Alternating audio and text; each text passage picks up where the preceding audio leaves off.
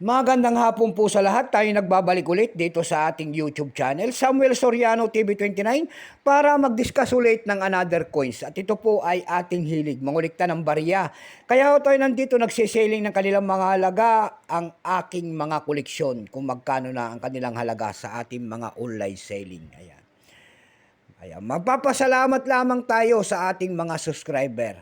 Maraming salamat po sa lahat ng ating mga subscriber dyan. Thank you so much sa inyong lahat. Lahat po ng sumusuporta dito sa aking YouTube channel. Thank you so much sa inyong lahat. Mabuhay po kayong lahat. Luzon, Visayas, Mindanao, kung saan kayong dako ng mundo po. Keep safe po sa lahat and God bless. Ayan.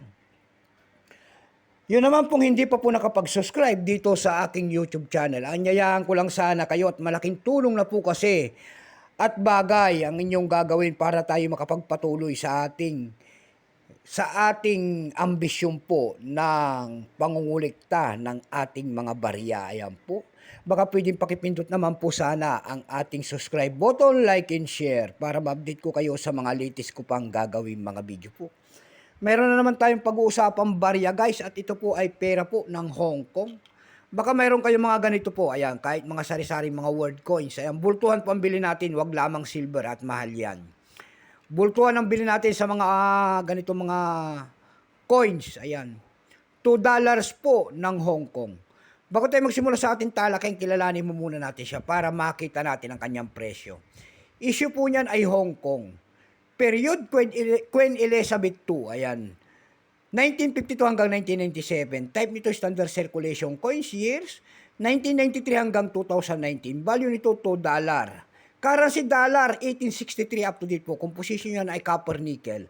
May bigat lamang 8.4 grams. May habang 28 mm. May kapal po naman ng 2.3 mm. Hugis po.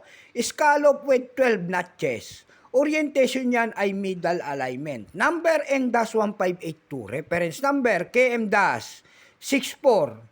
Ito pong year 2012, ito po ay 13%. Kung ilang piraso naman ang ginawa ng Hong Kong sa barya na hawak natin, ito po ay 80 million piraso lamang.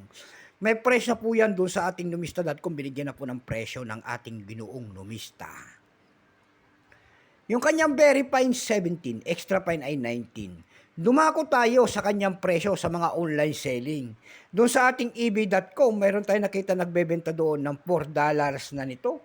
Nasundan po ito ng $2.96. Yung pinakamababa po doon na bintahan ay $1.29. Dako tayo sa Carousel PH. Sa Carousel PH naman po, mayroon tayong nakita nagbebenta doon ng 300 pesos. Nasundan po ito ng 80 pesos, hindi yung pinakamababa po ay 45 pesos. Ayan lamang po ang ating may babaging kanyang presyo. Keep safe po sa lahat and God bless.